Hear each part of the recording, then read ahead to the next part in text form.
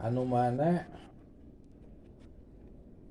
di zaman para nabi sareng para rasul kapungkur ge ari anu namina salat mah tos aya ngan teu sampurna seperti salat anu dilakukeun ku Kangjeng Nabi sareng umatna nya mata aya katarangan pastina kami ngutus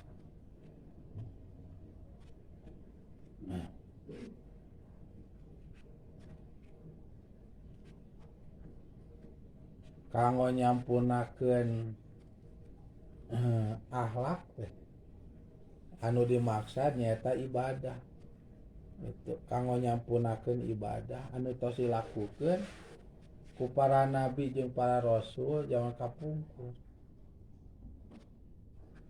plus umat-umatna nabi jeung rasul eta jangan kapungkur itu diantawisna ibadah naraona anu dilakukeun ku marantena teh diantawisna salat napangna salat tu jalaran nabi jeung rasul teh ta utusan Allah diangkat ku Allah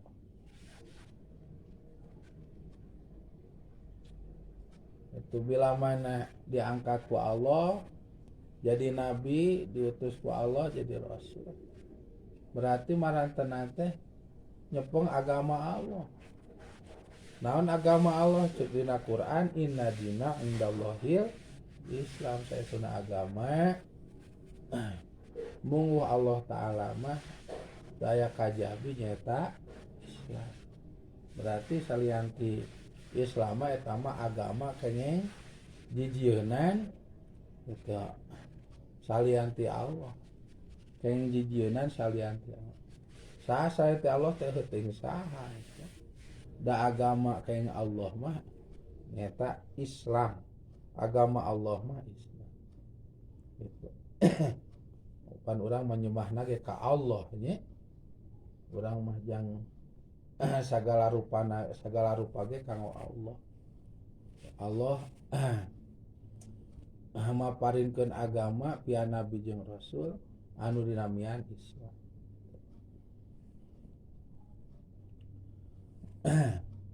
Tah Allah ngangkat nabi, Allah ngangkat rasul. Dipaparinnan tugas. Kusaha jadi rasul baik kanggo anjeunna jeung kanggo umatna. Diantawisa salat gitu. Ngan salat para nabi jeung rasul kapungkur mah henteu sasampurna-sampurnana salat nu dilakukeun Kangjeng Nabi Muhammad sallallahu alaihi wasallam sareng umatna. Contoh tadina kitab Riyad tengahna ti 1 2 3 4 5 kahana tengah-tengah kitabus shalah aya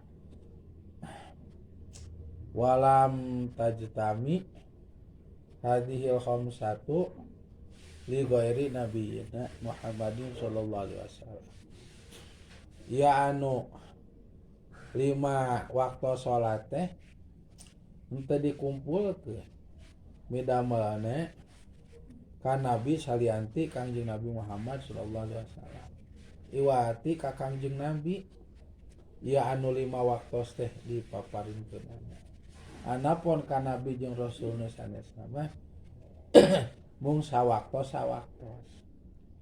palhasilu ana subha li adama tahati palhasilu mangkari kasimpulanana eta ana subha kana yen sanyana salat subuh eta li adama diwajibkeun ka Kangjeng Nabi Adam min ghairi hilafi kalawan teu perebutan piha dina salat subuh. Ta Allah ngangkat nabi, Allah ngangkat rasul Kangjeng Nabi Adam alaihi salam. Nabi Adam ge diwajibkeun ngalaksanakeun salat. Mung sawaktos salat teh nyaeta salat subuh. Janten salat subuh dicepeng ku Kangjeng Nabi Adam.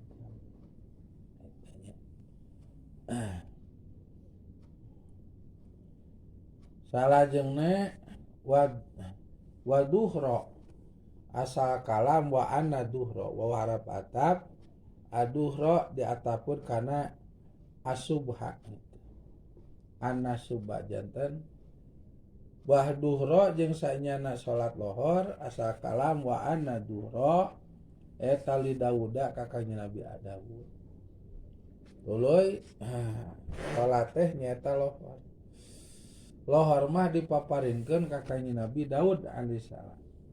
Nabi Daud teh ramana kangjeng Nabi Sulaiman alaihissalam. Raja berat bunghar teu aya nu nandingan kana kabungharanana kangjeng Nabi Daud sareng kangjeng Nabi Sulaiman.